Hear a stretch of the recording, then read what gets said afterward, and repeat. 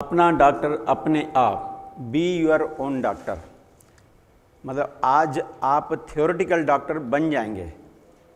Doctor का मतलब रोग को पहचानना, उसके कारण को जानना और उसके निवारण को जानना, बहुत ही सरल तरीके से। चिकित्सा क्रम 3 दोष: वात दोष, पित्त दोष, कफ दोष। वात दोष को अंग्रेजी में गैस बोलते हैं, पित्त दोष को एसिडिटी और कफ दोष को कफ। आयुर्वेदिक जो सभी पद्धतियों की मेन मुख्य है आयुर्विज्ञान,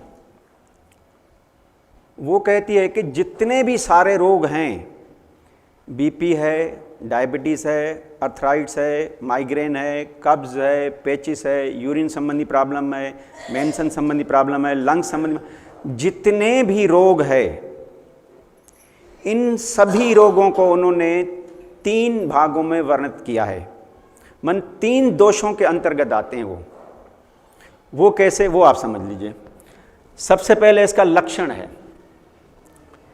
वात दोष का मतलब गैस माना वायु। हमारे शरीर में जो वायु है, और वायु जहाँ भी रुकती है, टकराती है, वो दर्द पैदा करती है। अगर वो पेट में रुकी हुई है तो पेट में दर्द, कमर पे रुकी हुई है तो कमर में दर्द, छाती में अगर रुक जाती है तो छाती में दर्द, घुटनों में रुक जाती है तो घुटनों में दर्द। माना शरीर के जिस जिस अंग में वायु रुकती है या टकराती है, वहाँ आपको सिम्टम्स आएगा दर्द। तो वात दोष का जो मुख्य लक्षण है दर्द। दूसरा है डकारें। डकारें मतलब जो गैस नीचे से नहीं निकलती है और ऊपर से निकलती है तो वो डकारों के रूप में निकलती है, तो वो भी गैस का ही लक्षण है। तीसरा है चक्कर आना, घबराहट, हिचकी। ये भी गैस का ही है। जब गैस ऊपर बढ़ती है तो हिचकी आती है, सिर तलक पहुंचती है तो घबराहट होती है, चक्कर आते हैं। ये सारे जो तीनों लक्षण हैं गैस के हैं।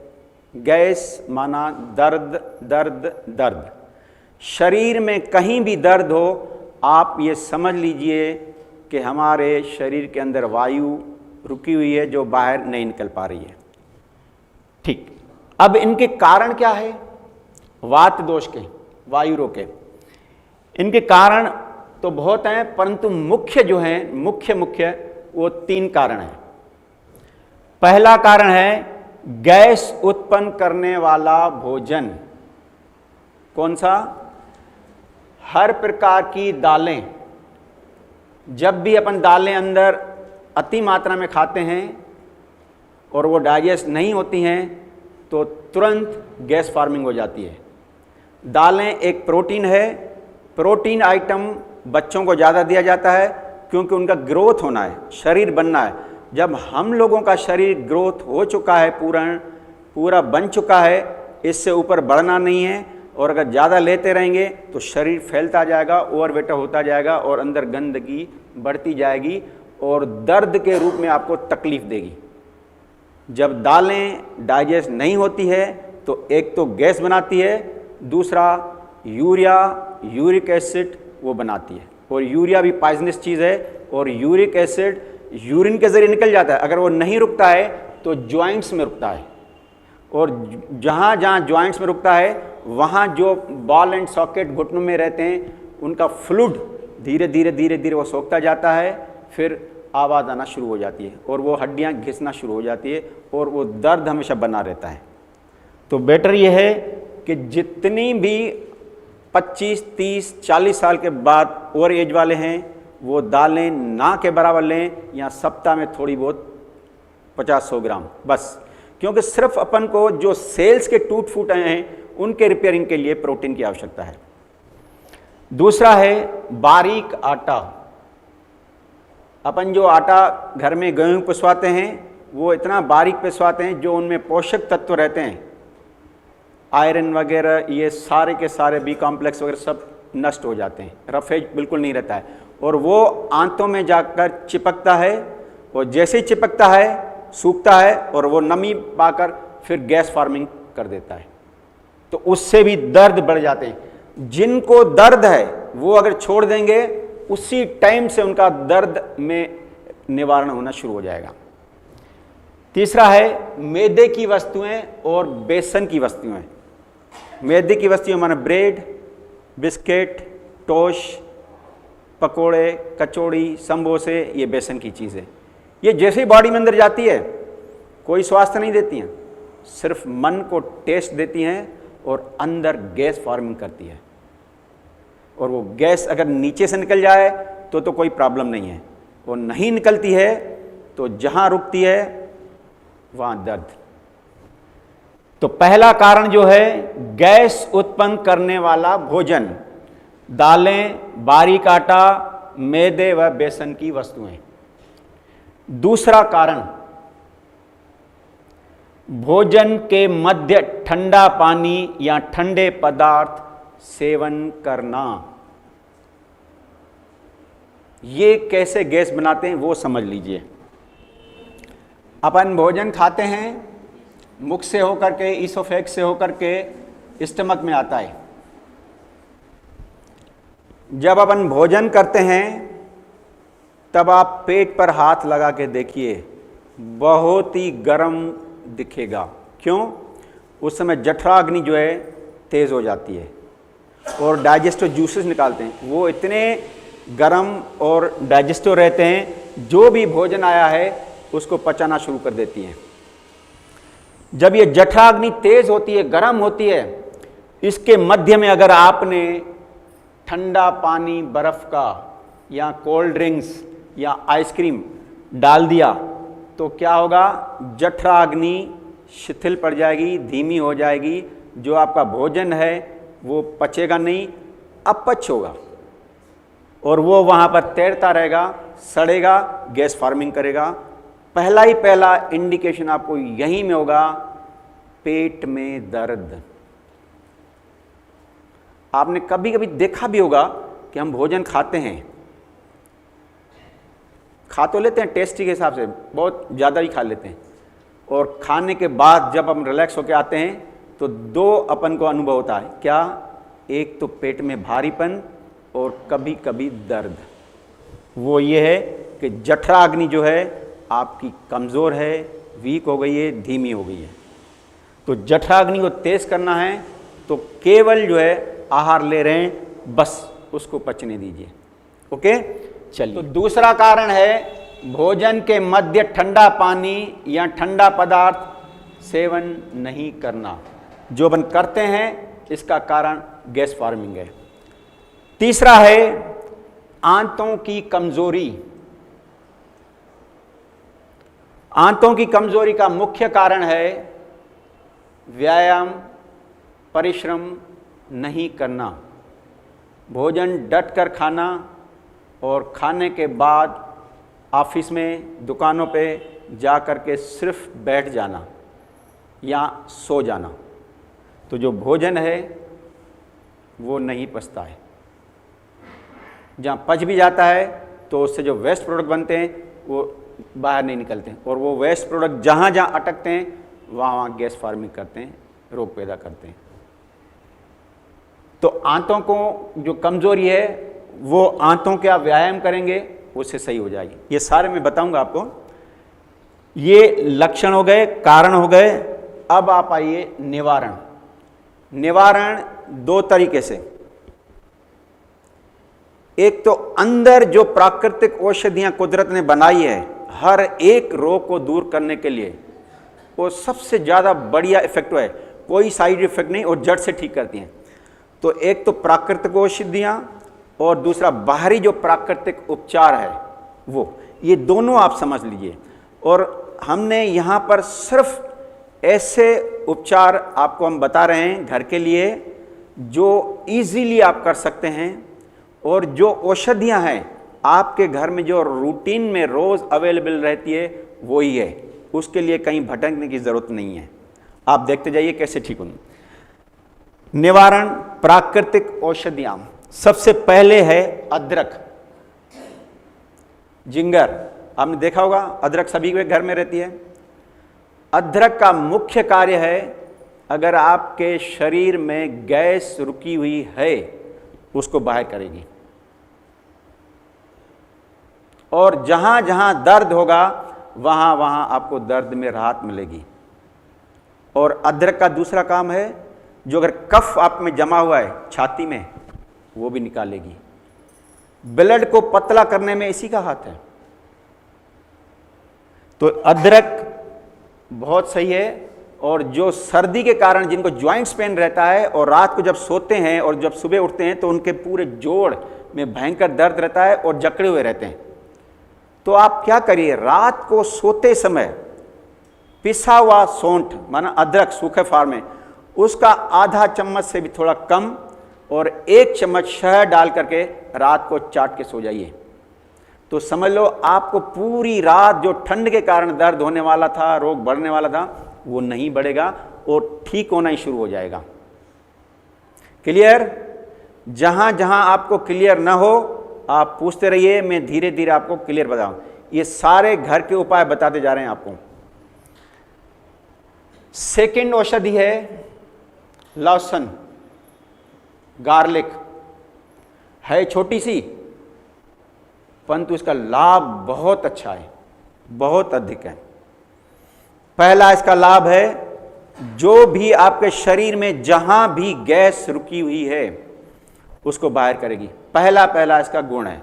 और जो भी दर्द है, ज्वाइंट्स पेन है, पेट में दर्द है, कमर में दर्द है, दर्द में राहत देगी और जड़ से ठीक करेगी। दूसरा इसका काम है खून को पतला करना, ब्लॉकेज खोलना।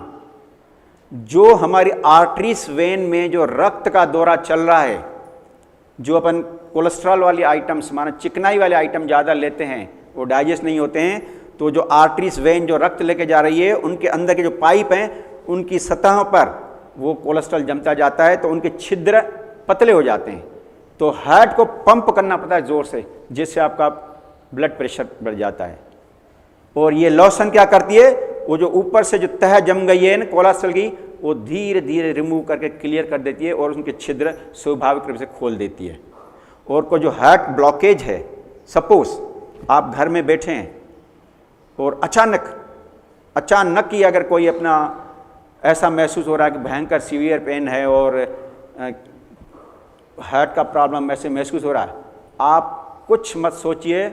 उस समय जो आपके घर में लहसुन जहाँ रखिए उठा करके और तुरंत खा लीजिए। 1 नहीं, 2 नहीं, 3 नहीं, 5, 10 खा लीजिए। छीलिए भी नहीं, तुरंत खा लीजिए, क्योंकि उस समय सोचना नहीं है। और वहाँ तुरंत जैसे ही अंदर लहसुन गई, आपकी जो हार्ट की जो 3 आर्टरीज हैं जो ब्लॉक होती है जिसके कारण हार्ट अटैक होता है, तुरंत खुल जाता है। डॉक्टर के पास जाने में भी 15 मिनट लगेंगे। 15 मिनट में क्या हो सकता है, कुछ नहीं, परंतु ये वही है। और डॉक्टर के पास जाने के बाद भी जो आपको इंजेक्शन लगाएंगे वो इसी का ही एसेंस होता है, क्योंकि लहसुन में एक डायल सल्फाइड रहता है, दूसरा सल्फ्यूरिक एसिड रहता है। ये दोनों अंदर ये काम करते हैं। ओके, चले। और तीसरा है लहसुन कफ संबंधी रोग जितने भी हैं, सर्दी जुकाम खांसी, उनको ठीक करता है। इवन टीबी के कीटाणुओं को भी किल करता है।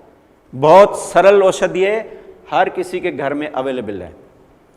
लेना कितनी है, 2 कली सुबह ठंड के मौसम में, 2 कली शाम को, गर्म के मौसम में 1 सुबह 1 शाम। परंतु लेनी कच्ची है और वो भी किसी चीज के साथ मिला के, अकेली नहीं। या तो 1 कली लेकर के उसको थोड़ा सा कूट लीजिए, जूस पी रहे हैं तो जूस में डाल के ले लीजिए। या जब आप भोजन कर रहे हैं तो सलाद के 2 पीस उसके बीच में रख के खा लीजिए। या आपकी सब्जी जो परोस के आ रही है उसमें कतरन डाल करके और रोटी के साथ खा लीजिए। मतलब लहसुन अकेले नहीं खाना है, क्योंकि गर्म भी है बहुत, उसका तासीर गर्म भी है। तो उसमें 2 गुण आपको उसके मिलेंगे। एक तो जो उसमें स्मेल रहती है बहुत कड़वी रहती है। आप जैसे खाने के बाद अगर किसी के समक्ष आप खड़े रहेंगे तो जो आपकी स्मेल है वो उनको महसूस होगी। तो जो दूसरे चीज़ के साथ मिला के खाएंगे तो आपको एकदम स्मेल नहीं जाएगी दूसरे। और दूसरा इसमें जो सल्फ्यूरिक एसिड है वो दूसरी चीज़ के साथ खाने से उसमें जो वाटर रहता है वो उसमें मिल जाएगा। तो जो सल्फ्यूरिक एसिड कंसनट्रेटेड है वो डाइल्यूट हो जाएगा, तो वो किसी प्रकार का नुकसान नहीं करेगा।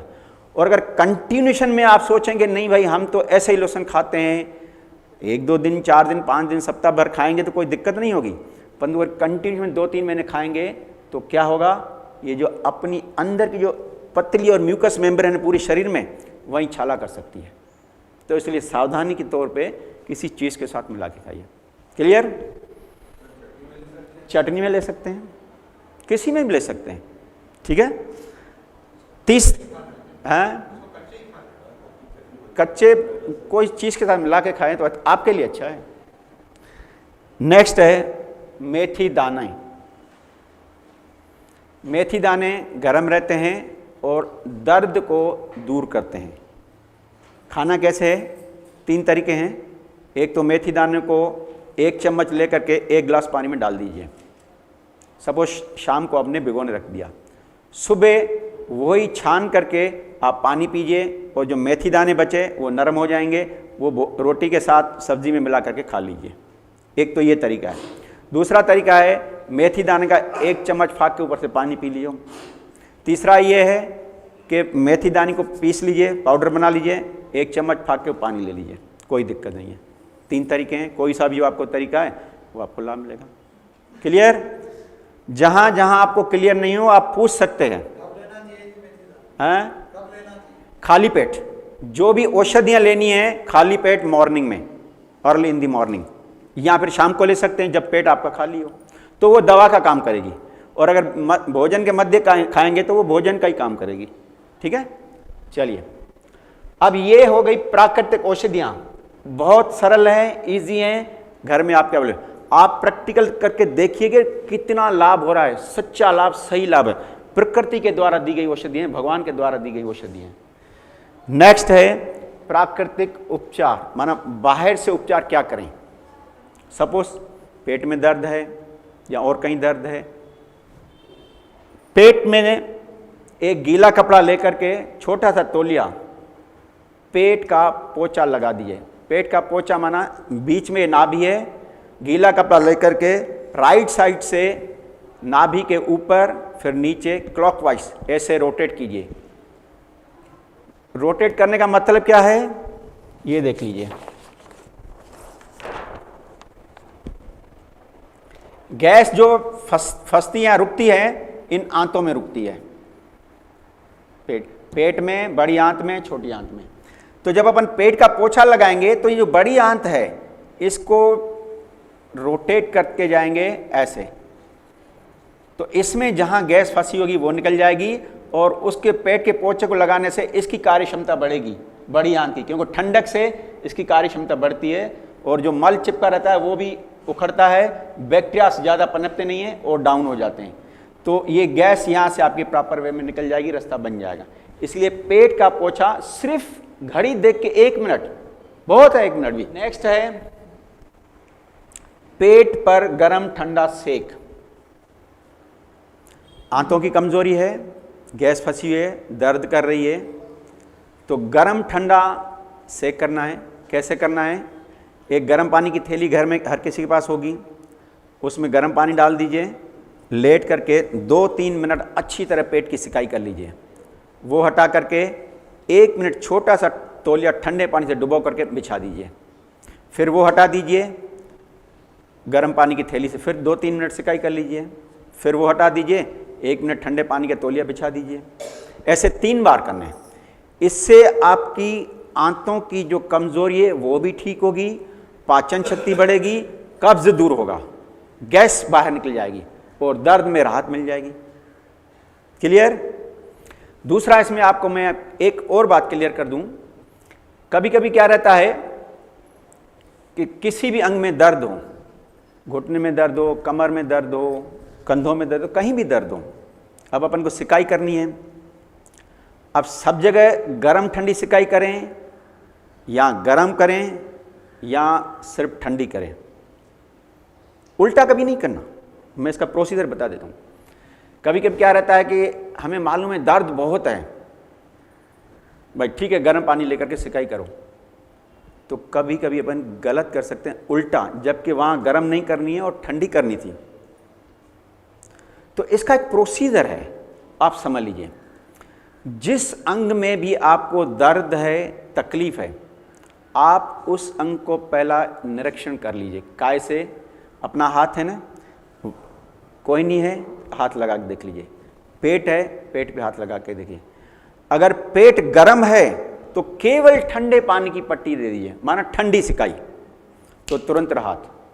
उसमें गर्म नहीं करना है क्योंकि ऑलरेडी गर्म है, और फिर अब गर्म देंगे तो और दर्द बढ़ेगा।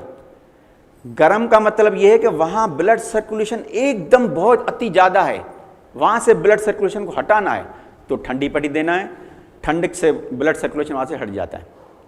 और अगर दर्द है पेट में और पेट पर हाथ लगा के दे रहे हैं, देख रहे हैं कि बहुत ठंडा है, बर्फ की तरह बना हुआ है, तो आप सिर्फ गर्म करिए, सिर्फ गर्म। वहां ब्लड सर्कुलेशन नहीं था, खिंच के आ जाएगा। गर्म से ब्लड सर्कुलेशन खिंच के आता है और ठंडक से वापस चला जाता है। और अगर आप हाथ लगा के देख रहे हैं कि महसूस हो रहा है कि न गर्म है न ठंडा है, तो वो गर्म ठंडा सेक, 3 मिनट गर्म 1 मिनट ठंडा, 3 मिनट गर्म 1 मिनट ठंडा। क्लियर? बाहरी उपचार में पेट पर गर्म ठंडा सेक, या घुटनों पर, कमर पे, जहां जहां दर्द आप कर सकते हैं। पहला था पेट का पोचा, दूसरा था पेट पर गर्म ठंडा सेक, और तीसरा है पेट की लपेट। एक 10 इंच चौड़ा कपड़ा रहता है और लंबा करीबन 2 मीटर रहता है। उसको रोल करके पानी में डुबो के अच्छी तरह निचोड़ लीजिए, पेट के चारों तरफ लपेट दीजिए, उसके ऊपर ऊनी मफलर, शाल या पट्टी वो बांध दीजिए। वो बांधने से क्या है, आपका गैस का प्रॉब्लम क्लियर हो जाएगा, पाचन शक्ति बढ़ेगी, कब्ज दूर होगा। वो लपेट, और वो 1 घंटे के लिए बांध सकते हैं, यहाँ तो कम पीरियड के लिए बांधते हैं। लास्ट में है एनीमा। अगर आपका शरीर में दर्द है, सिर्फ आप एनीमा ले लीजिए कुनकुने पानी की। जैसे ही आपने एनीमा ले लिया ना, तो जो अंदर मल रुका हुआ था, जो अंदर सड़ रहा था और गैस फार्मिंग कर रहा था, दर्द दे रहा, तुरंत निकल जाए, एकदम राहत, और जड़ से राहत। ये तुरंत राहत देना। टेबलेट लेंगे तो आपका चाहे सिम्टम्स खत्म कर देगा, दर्द बताने वाली जो नर्व है उसको सुन कर देगा, फिर अगर उसका दर्द का इसका असर खत्म हो जाएगा दवाई का, फिर चालू हो जाएगा। पर एनीमा लेने से परमानेंट राहत, हर प्रकार के रोग कोई सा भी हो। ये भी कल मैं इसका डेमोन्स्ट्रेशन करके दिखाऊंगा। ये आपका वात दोष क्लियर हो गया। माना आप इतना पहचान लेंगे कि अगर आपके शरीर में कहीं भी दर्द है तो समझ ला वात दोष है, जिनके लक्षण भी आप समझ गए, कारण भी समझ गए, निवारण भी समझ गए, उसकी औषधियाँ भी समझ गए, और उपचार भी समझ गए। बहुत सरल है, कोई दिक्कत नहीं है। और ये आपको लिखा हुआ मैटर हम दे देंगे आपको। अब आप आइए, दूसरा दोष क्या है? एसिडिटी, पित्त दोष। तीसरा है कफ दोष। तो पहले अपन गैस दोष लिया था, अब कफ दोष लेते हैं, इसको बाद में लेते हैं। अब आप आइए कफ दोष। कफ दोष का मुख्य जो है लक्षण है बलगम। अगर बलगम है, आपका गले में रुका हुआ, नाक से निकल रहा है, तो समझ लीजिए कफ दोष बढ़ा हुआ है। कफ दोष माना छाती से ऊपर के रोग, रेस्पिरेटरी रोग, श्वसन तंत्र के रोग, तो इनमें लक्षण रहता है बलगम। दूसरा लक्षण आता है सर्दी, जुकाम, खांसी, और तीसरा लक्षण आता है श्वास लेने में तकलीफ। आपने देखे होंगे जिनको अस्थमा होगा, ब्रोंकाइटिस होगा, श्वास ले नहीं पाते हैं, या उनको जहाँ रहते हैं अगर उनके ऑक्सीजन नहीं है तो बाहर चले जाते हैं। तो श्वास लेने में तकलीफ या सीढ़ी चढ़ने में हाफना, काम करने में एकदम जल्दी थकावट आ जाना, ये लंग्स की वीकनेस, कमजोरी है। इसको कैसे सशक्त करना है वो आपको बताते हैं। ये 3 लक्षण आपने देख लिए। पहला है बलगम, दूसरा है सर्दी, जुकाम, खांसी, और तीसरा है श्वास लेने में तकलीफ। अगर ये तीनों हैं तो आप पहचान जाइए कि कफ दोष बढ़ा हुआ है। ठीक है ना? अब इस कफ दोष में सिर्फ 7 बीमारियां आती है, वो 7 सिर्फ आप नोट कर लो। कौन सी? पहली सर्दी, दूसरी जुकाम, तीसरी खांसी, चौथा दमा, 5वां टीबी, छठा पिलुरिसी और सातवां निमोनिया।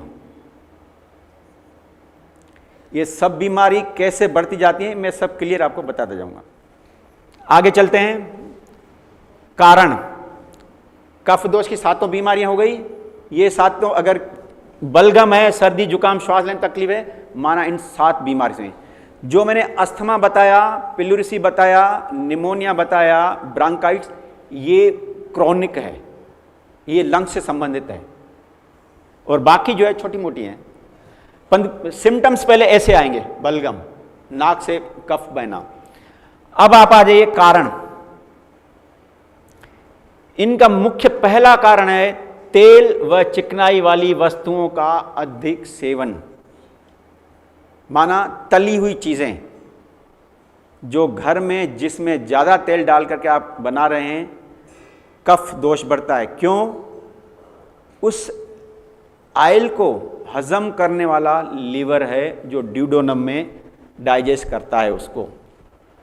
भोजन के जो 5 घटक बता दे, कार्बोहाइड्रेट का डाइजेशन यहाँ होता है, प्रोटीन का डाइजेशन ये खट्टास के माध्यम में होता है, और जो फैट्स का है वो इधर ड्यूडोनम नर्व, ये नली रहती है छोटी आंत और के ऊपर रहती है ड्यूडोनम, उसमें ये लिवर है। लिवर में ये देख रहे हैं पित्त थैली, इसमें से बाइल आता है, वो उस लिवर जो कफ वाली चीजें हैं, आयल है, उसको डाइजेस्ट करता है।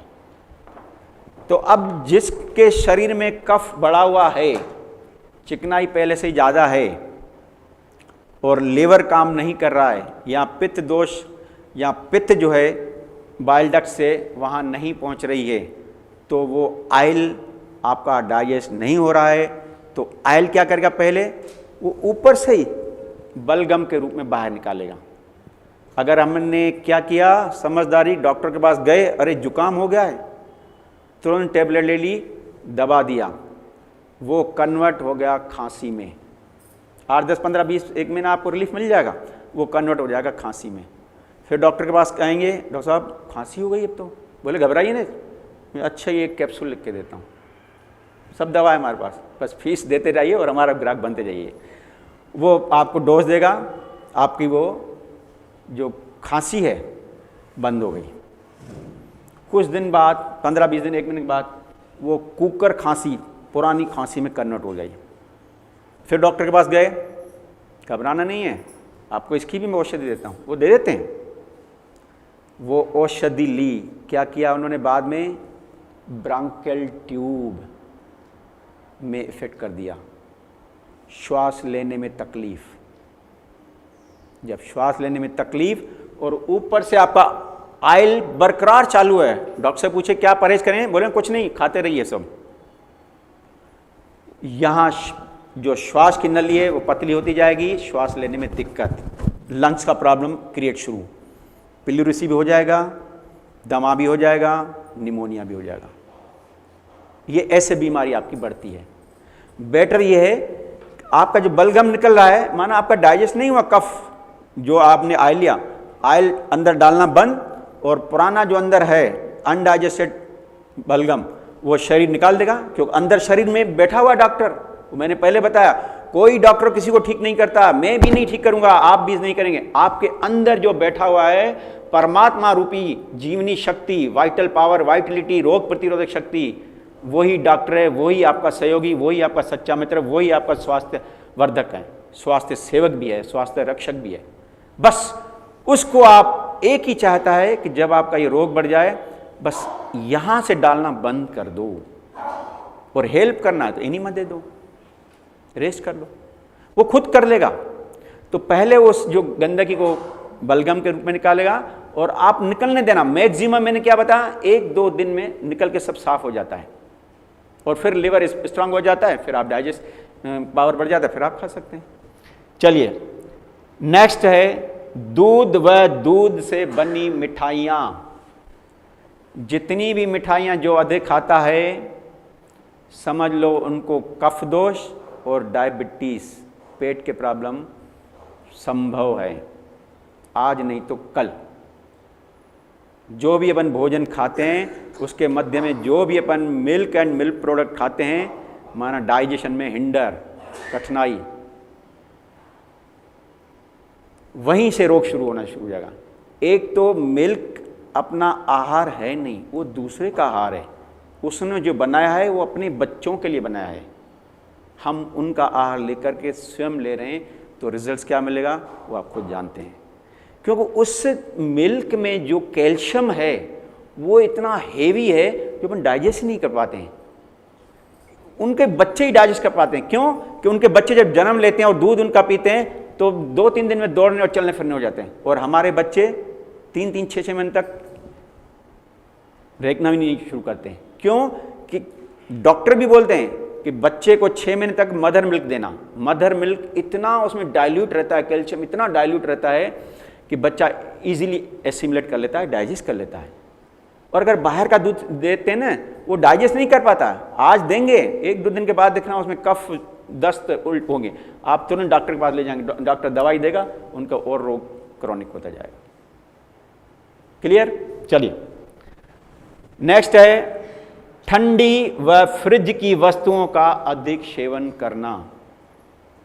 जो फ्रिज की, बर्फ की, ठंडी जितनी भी चीज़ें हैं जिनको कफ का प्रॉब्लम है, श्वास संबंधी प्रॉब्लम है, उसको तकलीफ मिलेगी, बहुत तकलीफ। आप उनसे पूछिए जिनको अस्थमा है, उनसे पूछिए जिनको ब्रांकाइटिस है, जिनको निमोनिया है, जो इनहेलर लेकर के अपना जीवन में, इनसे बहुत दूर रहते हैं वो। ज़रा सा अगर कोल्ड वातावरण भी आ जाए ना, दूर रहते हैं। चलिए नेक्स्ट है धुएं, धूल व ठंडे वातावरण में अधिक समय नहीं रहना। 4 कारण है, फिर से रिपीट करता हूं। पहला कारण है तेल व चिकनाई वाली वस्तुओं का अधिक सेवन। दूसरा है दूध व दूध से बनी हुई मिठाइयां। तीसरा है ठंडी व फ्रिज की वस्तुओं का अधिक सेवन। और चौथा है धुएं, धूल व ठंडे वातावरण में अधिक समय रहना। इतना तो सब जान गए? या कोई इसमें शंका है, समाधान है, कुछ पूछना है तो समाधान कर लें। कफ के सिम्टम्स जान गए, बीमारी पहचानना जान गए, इनके कारण आप जान गए। अब आप आइए निवारण पे। निवारण वही 2 तरीके से, एक प्राकृतिक औषधियां और दूसरा बाहरी उपचार। प्राकृतिक औषधियां इसकी नंबर 1 पे है आंवला, माना विटामिन सी। विटामिन सी कफ का जानी दुश्मन है। जहां कफ दिखेगा और विटामिन सी गई, उसको वहां से हटा देगा, रुकने नहीं देगा। और आंवला में ऐसा गुण है, वो जो कफ है वो निकलता है तो नीचे मल मूत्र के जरिए निकाल देता, ये इसमें गुण है। अब आप कहेंगे कफ में वैसे ही ठंडा और आंवला भी ठंडा, स्वाभाविक है, हम भी पूछ सकते हैं क्वेश्चन। और ये कैसे करता होगा? ये प्रूफ मैं आपको बताता हूं। प्रूफ, लंग्स के ऊपर जो कफ है वो कैसे उखाड़ के मल के जरिए भेजता है। आपने फटे दूध का पानी बनाया, दूध को गर्म करने रखा, विटामिन सी नींबू निचोड़ दिया, फट गया, माना दूध में जो कफ था, पनीर था, चिकनाई थी, अलग हो गई, पानी अलग हो गया। उसी तरीके से जैसे ही यहां से अंदर गया विटामिन सी, चाहे नींबू पानी गया, चाहे संतरे का रस गया, चाहे आंवला गया, यहां से वो कफ को उतार देगा और तुरंत ही आपको राहत हो जाएगी ऑक्सीजन, कार्बन डाइऑक्साइड लेने और प्रदान करने में। क्लियर? नेक्स्ट, लहसुन। लहसुन कफ दोष को, कफ को गला करके पसीने के रूप में निकालती है। पसीने के, कोई सा भी कफ हो, इवन टीबी के भी कीटाणु अगर हो ना, वो टीबी को भी, कीटाणु को मारने की इसमें शक्ति है लहसुन में। ट्यूबरकुलोसिस वाले पेशेंट को हम केवल लहसुन देते हैं और धूप सेवन करवाते हैं, उनके लंग्स मजबूत हो जाते हैं। नेक्स्ट है अदरक। अदरक ही कफ दोषों को ठीक करती है। अदरक लेना कैसे है एक बार समझ लो, बहुत अच्छी मैं दवा बता रहा हूं। अदरक को आप 5-7 ग्राम ले लो, छील लो और थोड़ा कूट लो और गर्म करने रख दो पानी में। जब उबल हो जाए नीचे उतार दो, उसको छान लीजिए। माना अदरक का पूरा एसेंस पानी में आ गया, उस पानी में एक नींबू निचोड़ करके डाल दीजिए और 2 चम्मच शहद के डाल दीजिए। ये आपका बन जाएगा मिक्सचर त्रिदोषक नाशक। आयुर्वेद बोलती है जितने 3 दोष हैं, वात पित्त कफ, उनका नाशक जो है त्रिदोषक नाशक। आपने अदरक डाली जो गैस और कफ दोषों को दूर करता है, शहद कफ दोषों को दूर करता है, नींबू पित्त दोषों को ठीक करता है, वो त्रिदोषक नाशक, और वो पीने में भी बहुत अच्छा टेस्टी आएगा। और चाय की आदत आपकी छूट जाएगी, चाय की जगह आप इसको ले सकते हैं। क्लियर? चलिए, आंवला हो गया, लहसुन हो गई, अदरक हो गई। अब आप आ जाइए उपचार पे। सबसे पहले नेति क्रिया और गरारे जो आप कर रहे हैं, कल मैं आपको यहाँ पर करके दिखाऊंगा। गरारे और नेति क्रिया कैसे करते हैं, पानी कैसे बनाते हैं, क्या डालते हैं, तो एक सावधानी तौर में मैं आपको समझा देता हूँ। पानी कुनकुना होना चाहिए और उसमें 1 चम्मच नमक डाल दीजिए। 2 तरीके से ले सकते हैं, एक तो जो आपके पास पॉट है, यहाँ से पानी जाएगा, यहाँ से निकल जाएगा, और यहाँ से जाएगा यहाँ। दूसरा, दोनों नसिका से पानी जाएगा, मुंह से निकल आएगा। वो दोनों कल मैं करके बताऊंगा आपको, ठीक है? चलिए, गरारे, पानी गिलास में ले लो कुनकुना, नमक डाल दो और गरारे कर लो, ये गला आपका साफ हो जाएगा, कफ इससे निकल जाएगा, लंग्स आपके इनसे मजबूत हो जाएंगे। नेक्स्ट है गरम पैर स्नान। सिंपल तरीका है, घर में एक बाल्टी लीजिए, गर्म पानी डाल दीजिए सहने लायक, और एक कुर्सी पे आप बैठ जाइए, दोनों पैर बाल्टी में डाल दीजिए गर्म वाले में। पैर डालने से पहले 1 या 2 गिलास पानी पीना है और सिर को गीला करना है और सिर पे ठंडे पानी की पट्टी रखना है। ये आपके सारे कफ दोषों के लिए रामबाण औषधि है। जितना भी कफ कोई सा भी है वो दूर हो जाएगा, ब्लड सर्कुलेशन नॉर्मल हो जाएगा, बीपी डाउन हो जाएगा, निद्रा बहुत अच्छी आएगी। अर्थराइट्स वालों के लिए भी बहुत अच्छा है। ये कल सब प्रैक्टिकल करके बताऊंगा। चलिए, नेक्स्ट है धूप स्नान, ये भी मैं आपको कल बताऊंगा।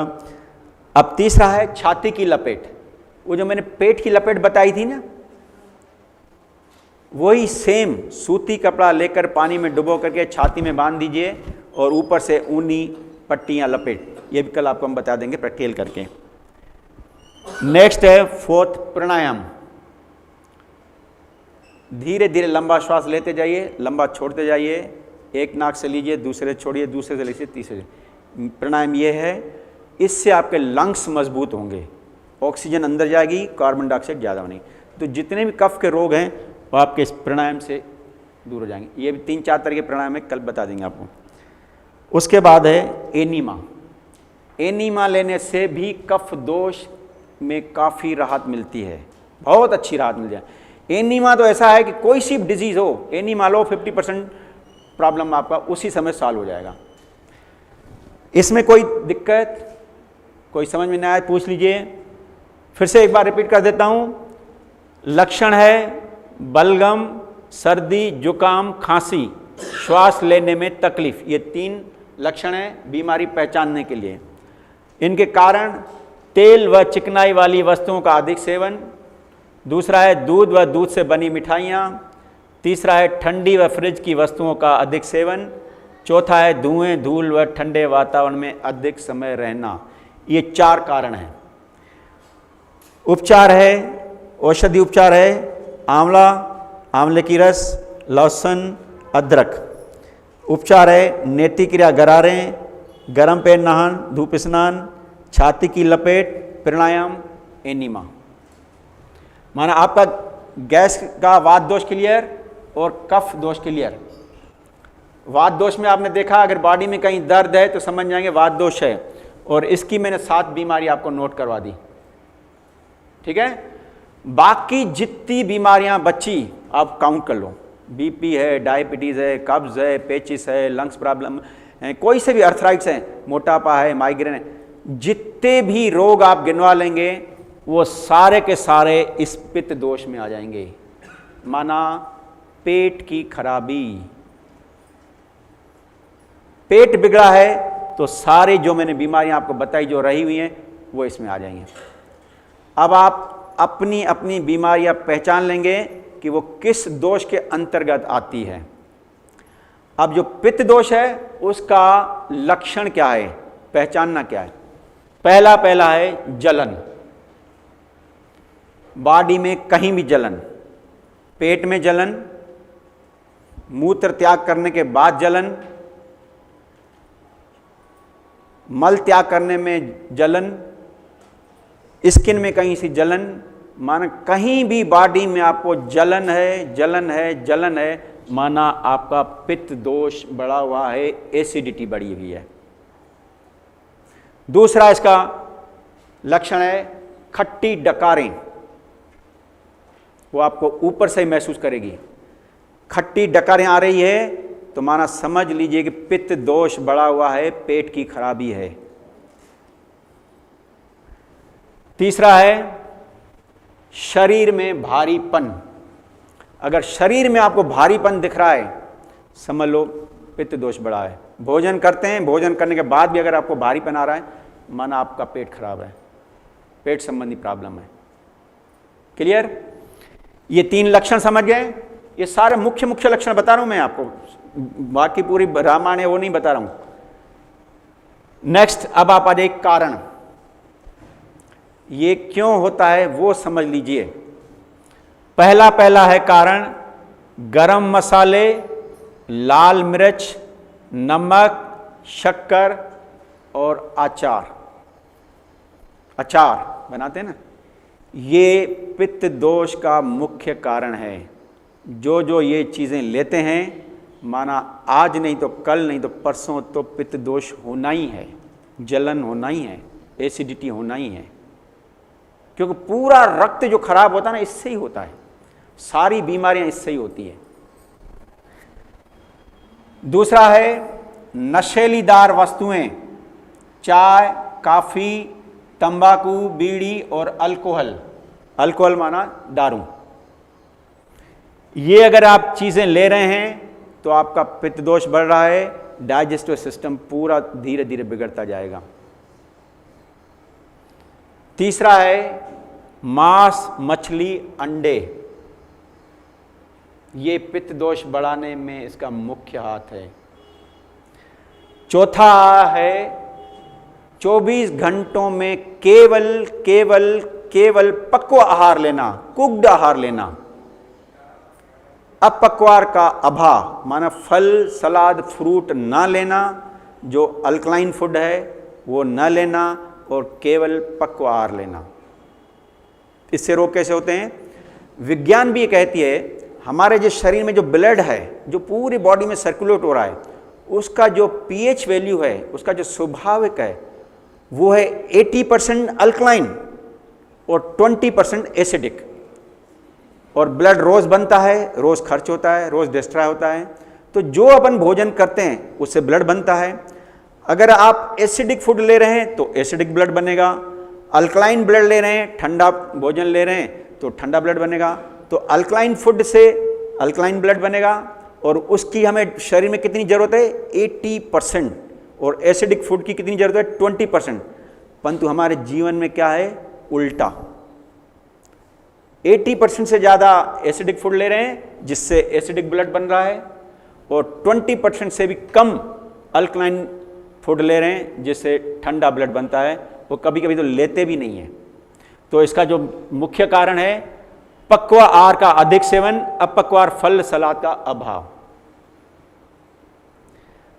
पांचवा है क्रोध, चिंताएं, गुस्सा, तनाव, ये पित्त दोष को बढ़ाता है।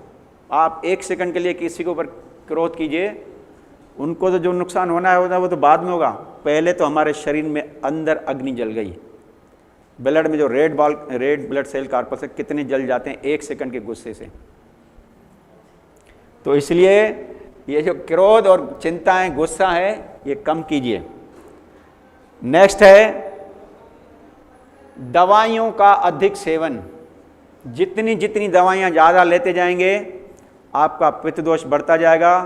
दवाइयाँ, सारी दवाइयाँ गर्म रहती हैं, और ये दवाइयाँ हमने बनाई है, मैंने फार्मेसी किया है और सारी मैंने दवाई बनाई हैं। सारी दवाइयाँ साइड इफ़ेक्ट करती है, कोई ऐसी दवाई नहीं है जो साइड इफ़ेक्ट नहीं करती है। तो दवाइयाँ जितनी हो सके उससे बचिए। नेक्स्ट है आपका सोच के वेग को रोकना। माना आपका जो मल त्यागने का जो ख्याल होता है,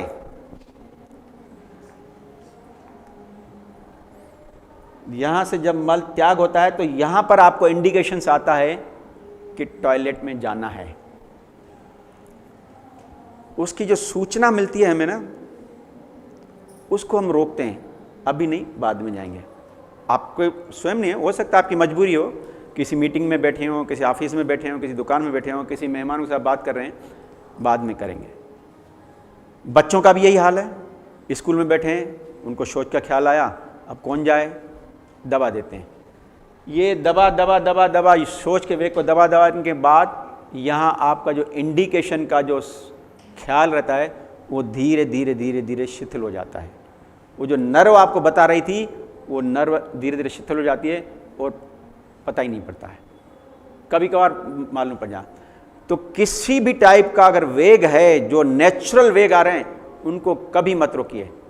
चाहे शौच का हो, चाहे यूरिन त्यागने का हो, चाहे आपकी बवाई आ रही है वो हो, चाहे निद्रा आ रही है, चाहे छींक आ रही है, कोई सी भी हो, कभी मत रोकिए, उसको एज ए साइन सुबह से आने दीजिए।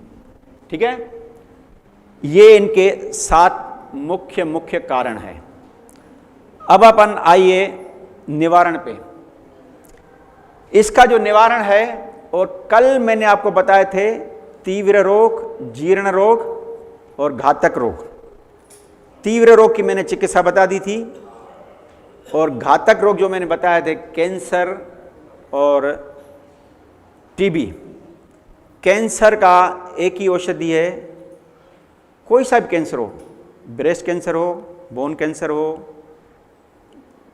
ब्लड कैंसर हो, कोई से भी कैंसर हो, गेहूं के जवारे का आप रस रोज लेते जाइए, आपके कैंसर के कीटाणु किल होते जाएंगे। टीबी है, लोशन का उपयोग करते रहिए, आपके टीबी के कीटाणु धीरे धीरे किल होते जाएंगे। ये उसकी औषधि है। अब जो बीच का जो बचा था जीर्ण रोग, पुराने रोग, जिसके लिए मैंने बताया था कि इसका निवारण आपको कल बताऊंगा। तो इस पित्त दोष का जो निवारण है और जो जीर्ण रोगों का जो पुराने रोग हैं, उनका निवारण दोनों का एक है। वो मैं आपको बताता हूं, वो आप समझते जाइए, अच्छी तरह समझिए, वो घर के हिसाब से समझाता हूं। यहां तो आपकी अच्छी तरह शुद्धि हो जाएगी, उपचार हो जाएगा, ठीक है ना। यहाँ के स्वस्थ होने के बाद घर में बीमार न पड़े तो वो फॉलोअप करिए, और अगर पड़ जाते हैं तो कैसे अपने आप को स्वयं ठीक कर सकते हो। औषधियाँ, सबसे पहले 3 औषधियाँ हैं पित्त दोष की। पहली है फटे दूध का पानी। फटे दूध का पानी मैंने कल बताया था कैसे निकाला जाता है।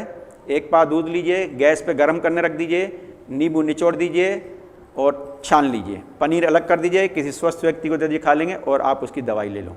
लीवर के लिए बेस्ट है, डाइजेस्टिव सिस्टम के लिए बहुत बढ़िया है, पेट के रोगों के लिए बहुत अच्छी चीज़ है, हर प्रकार के फीवर भी इससे दूर होते हैं। दूसरा है फलों व सब्जियों का रस, अनार का रस, नारियल पानी, पत्ता गोभी, लौकी आदि का रस। ये अल्कलाइन है, पित्त दोष को शमन करते हैं, पेट के रोगों को ठीक करते हैं, एलिमेंट्री कैनाल को पूरा साफ करते हैं। क्लियर। नेक्स्ट है नींबू। नींबू दिखने में फ्रूट एसिडिक है, परंतु नींबू पानी लेने से अंदर वो अल्कलाइन माध्यम में कन्वर्ट हो जाता है और पेट के सारे रोगों को वो ठीक करता है। विटामिन सी अगर और ज़्यादा वाली लेनी है तो आप आंवले का रस ले लो, तुरंत पेट साफ हो जाएगा, आधे घंटे में हो जाएगा। जूस, ये आपकी औषधियां हो गई। अब आप आइए इसका उपचार में। पहला उपचार है पित्त दोष, मैंने पहले ही बताया था, जलन गर्म, पेट आपका गर्म ही होगा, इसमें सोचना ही नहीं है। तो पेट को ठंडक पहुंचाना कैसे? गीले नैपकिन से, अस्थमा में पी सकते हैं। गीला नैपकिन से आप पेट को ठंडा करिए, या यहाँ पर आपको मिट्टी पट्टी से देते हैं उससे पेट को ठंडक पहुंचाइए, या ठंडा कटी स्नान। ये तीनों कल मैं यहाँ पर आपको करके दिखा दूंगा, ये आपको अंदर ट्रीटमेंट सेक्शन में देंगे, घर में भी आप ले सकते हैं, कोई दिक्कत नहीं है।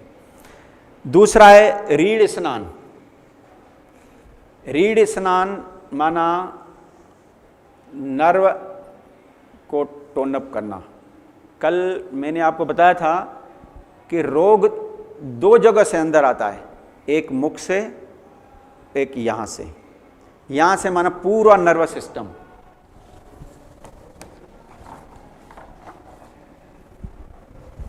ये नर्वस सिस्टम है।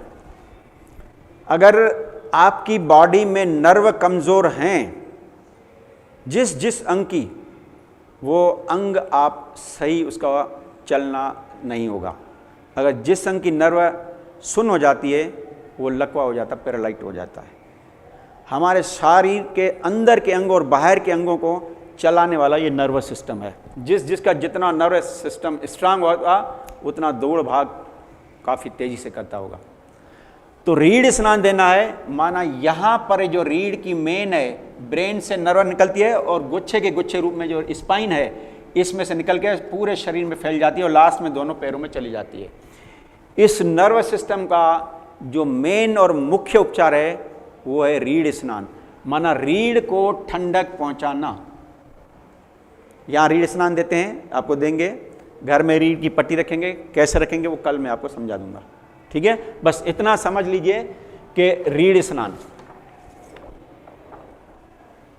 नेक्स्ट है तीसरा नंबर, व्यायाम, योगासन, प्राणायाम, ध्यान। अगर आप कुक्ड आहार ले रहे हैं एक टाइम भी, तो आपको व्यायाम करना पड़ेगा, परिश्रम करना पड़ेगा, सभी करना पड़ेंगे। इसके डिटेल कल प्रैक्टिकल। चौथा है आवश्यक विश्राम, माना गहरी नींद, कम से कम 6 से 8 घंटे वाली।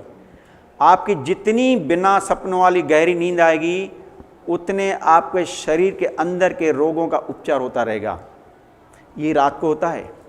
आपने खुद एक बार उदाहरण से देख लिए, एक छोटा शिशु है, मुश्किल से 1 महीने का, अगर उसकी नींद अच्छी होती है, वो 20, 22, 23 घंटे नींद करता है, तो वो हेल्दी होता है। और जिस बच्चे की नींद खराब हो जाती है, तो वो अस्वस्थ रोता रहता है, बढ़िया बेकार। तो नींद बहुत ही अच्छी आवश्यक है हमारे लिए करना, शरीर की एनर्जी बढ़ाने के लिए, ताकत बढ़ाने के लिए, रोग प्रतिरोधक शक्ति बढ़ाने के लिए, पूरे शरीर को शिथिल करने के लिए, और जितने अंगों के अंदर सफाई कार्य होता है निष्कासन का, वो नींद में होता है। आप देखते हो रात को भोजन खाया, आप रात को सो गए, और कैसे वो आपका तैयार होकर के जो मल है वो निष्कासन जगह पहुंचते हैं, और सुबह उठते हैं आपको टॉयलेट जाना पड़ता है। तो नींद बहुत जरूरी है, आवश्यक विश्राम। तीसरा है एनीमा। एनीमा लेने से आपके पेट के रोग ठीक हो जाते हैं। अब अपन जो यहाँ बार बार बोल रहे हैं, शरीर शुद्धि, शरीर शुद्धि, शरीर शुद्धि, ये शरीर शुद्धि और रोग निवारण शिविर है, तो शरीर शुद्धि का मतलब क्या? किसकी शुद्धि? पेट की शुद्धि। तो पेट में भी क्या? पेट में बहुत सारे हैं, स्टमक है, बड़ी आंत है, छोटी आंत है, लीवर है, ये सब है, ये पूरा पेट में ही है। आमाशय की शुद्धि होगी तो पाचन शक्ति बढ़ेगी, आपका डाइजेशन पावर बढ़ेगा, जो भी खाएंगे हजम हो जाएगा। किसकी शुद्धि? जनरली वैसे कहेंगे तो लोग बाहरी शुद्धि तो करते हैं, स्नान वान करके साबुन वाबुन लगा के और बढ़िया होते हैं। अंदर किसकी शुद्धि? एक उदाहरण से समझा देता हूं। आपका बाथरूम है, नहाते हैं, पानी निकल के चला जाता है।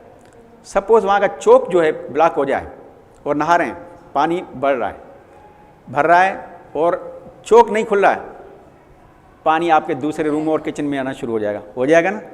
आप वाइपर से कितना भी करिए, कब तक करते रहेंगे? यही है ना, अपन को चोक खोलना है तो सही समझदारी है।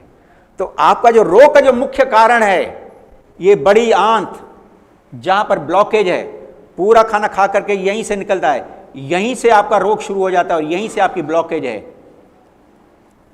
इसको साफ करना है। पेड़ की जड़ को पानी दीजिए, पेड़ आपका हरा भरा दिखेगा। तनों और पत्तों को पानी देने से कोई मतलब नहीं है। शरीर की शुद्धि माना बड़ी आंत की शुद्धि, या इसके लिए तो यहाँ एनिमा है, कोलोन हाइड्रोथेरेपी है। आप देखिए कैसे कोलोन हाइड्रोथेरेपी लेते हैं, पूरी आंत को साफ कर देते हैं। बढ़िया है व्यवस्था, आपको कल परसों दिखाए होंगे ना सारे हमारे जितने भी उपकरण हैं। अब आप देखिए कैसे इससे साफ होती है। ये है देखो अंदर से साफ, ये थोड़ा पोर्शन कटा हुआ है, जो ये भरी हुई रहती है ना, ये जो देखते हैं ना ये कैसे करवट बने पड़े हैं, यहां तक पूरी इतने मल सालों के भरे रहते हैं, सूखे रहते हैं और अंदर बैक्टीरिया बन जाते हैं और अपनी कॉलोनी बना देते हैं, पलते रहते हैं उनके बच्चे सब, और वो अपन को धीरे धीरे शना तकलीफ देते हैं। जो दवाइयों से हम उसको शांत करके बैठे रहो, आपको जो कुछ करना करते रहो। और मल एक बीच से एक छोटा सा पैसेज बन जाता है, वहां से निकलता रहता है और अपन को ये लगता है कि पेट साफ हो गया। नहीं, ये आंत जिसकी जितनी खाली होगी उतना वह बलशाली, स्ट्रांग, तेजोमय, इंटेलिजेंट। आप देखे होंगे जो गुफा में साधु संत रहते हैं, कितना इंटेलिजेंट, कोई उसके सामने बात नहीं कर पाता है, इतनी ताकत रहती है, उनको पूरा ज्ञान रहता है। अपना ज्ञान सिर्फ इस मल के कारण दबा रहता है। तो अपन को जो शुद्धि करनी है वो इसकी करनी है, बड़ी आंत की करनी है, बड़ी आंत की, क्योंकि रोग यहीं से होता है। मल नहीं निकलता है, यहीं पर ही आपको जलन होगी, यहीं पर आपके मस्से होंगे, यहीं पर आपकी बवासीर होगी, यहीं पर आपका फिक्सचर होगा, और यहीं से फिर मल वापस बढ़ता बढ़ता बढ़ता पूरा वापस आता जाएगा।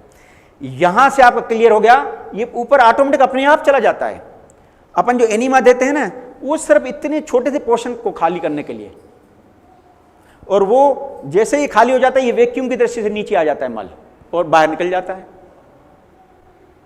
तो अपन को एनिमा की बात नहीं डालनी है, परंतु फिलहाल जो अपना ब्लॉकेज है उसको क्लियर करते हैं।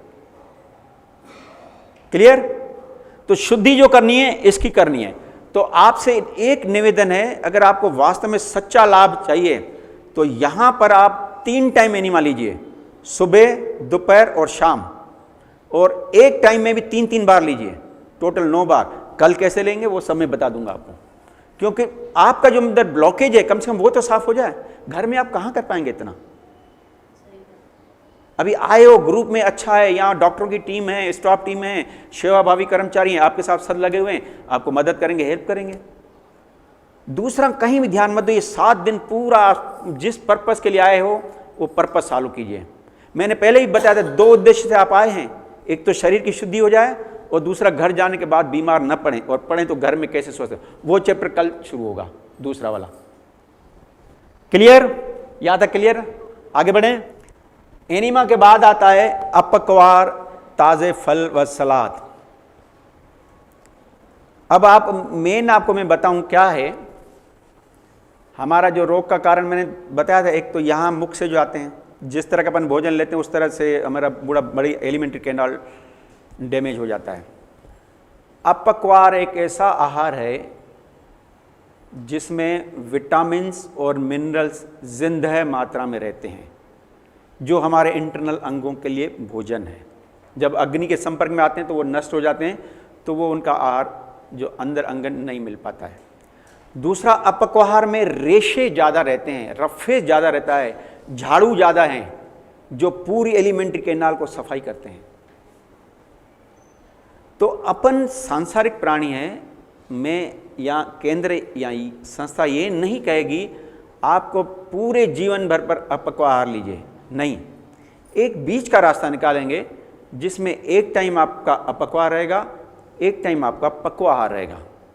क्योंकि विज्ञान की दृष्टि से या स्वास्थ्य की दृष्टि से अपन को 20% तो एसिडिक फूड चाहिए, बाकी अल्कलाइन चाहिए। तो ऐसा नहीं कि अपन को कुक्ड आहार से बिल्कुल छुटकारा पाना, नहीं, उसको भी लेना है। कितना लेना, कब लेना, कैसे लेना है, वो जब नेक्स्ट में कल बताऊंगा डाइट थेरेपी में, तब आपको क्लियर हो जाएगा। ठीक है? तो ये अपक्वाहार फिलहाल आप ये मान के चलिए कि हमें अपक्वाहार मैक्सिमम ज़्यादा लेना है, शरीर की शुद्धि हो जाए फिर चलेंगे अपन। नेक्स्ट है घर्षण, सूखी मालिश, फ्रिक्शन। जो लोग व्यायाम नहीं कर पाते हैं उनके लिए मालिश, मसाज आपको यहाँ करवाते हैं। आपको सबकी होती होगी मसाज, और होगी भी, वो हुई है ना, आज है। तो मालिश सभी की होगी, ऐसे नहीं सबकी। मालिश से देखो कितना लाभ मिलता है, अच्छी है मालिश। और घर में कैसे मालिश करते हैं वो भी तरीके आपको हम समझा देंगे। तो ये आप पूरा का पूरा क्लियर हो गया पित्त दोष। कल जो मैंने बताए थे 3 रोग के, तीव्र रोग, जीर्ण रोग और घातक रोग, 3 दोष बताए। और आज मैंने जो 3 दोष बताए ये चिकित्सा क्रम है, पूरा का पूरा चिकित्सा क्रम है। इसमें आप आसानी से समझ सकते हैं, बीमारी पहचान सकते हैं, उसका कारण जान सकते हैं, निवारण जान सकते हैं। और कल से आपका बहुत ज़रूरी है, मैं आज की उसकी रूपरेखा और टेलर थोड़ा बता देता हूं और वो आप समझ लीजिए। कल का जो टॉपिक होगा प्रैक्टिकल होगा। ये क्या लिखा है? घर पर ही स्वस्थ रहने व रोग निवारण के सरल 10 उपाय। सरल उपाय से क्या मतलब? ऐसे उपाय जो एकदम सरल हो, एकदम सुलभ हो, एकदम सस्ते हो, एकदम हानि रहित हो, एकदम जड़ से रोगों को ठीक करने वाले हों। और दूसरा, ये रोग निवारण के सरल उपाय बिना किसी दवाई के, बिना किसी डॉक्टर के, बिना किसी पैथोलॉजी टेस्ट के, बिना किसी ऑपरेशन के, बिना किसी उपचारक के, बिना किसी सहयोगी के, बिना किसी बड़े उपकरणों के, बिना किसी पैसों के और बिना किसी अतिरिक्त समय के, समय की बहुत वैल्यू है, केवल सरल घरेलू उपलब्ध साधनों के द्वारा स्वयं ही करना है। और कैसे करना है ये कल से इसका सेशन शुरू हो जाएगा। कल समय से आइए और समय पे ही हम आपको छोड़ देंगे, क्योंकि हम चाहते हैं कि आपको जो नेक्स्ट जो है आपका जूस है, जूस के बाद उपचार हैं, वो आपको टाइम से मिलें और वो भी आप लीजिए, वो भी बहुत फ़ायदे करते हैं। तो ज्ञान भी ज़रूरी है, डॉक्टर बनना है। थ्योरेटिकल तो लगभग आप मोटे मोट पे डॉक्टर बन गए, इतना तो पहचान लेंगे बीमारी अपनी। और निवारण जो कल प्रैक्टिकल से शुरू होगा, एपरेटस यहाँ पर लगा करके आपको बता देंगे हॉस्पिटल में कैसे उपचार होता है और घर पे कैसे हो जाएगा। हॉस्पिटल ये सेवा भावी हॉस्पिटल है, आप बिल्कुल आइए, आपकी अच्छी सेवा हो जाएगी, कोई दिक्कत नहीं है।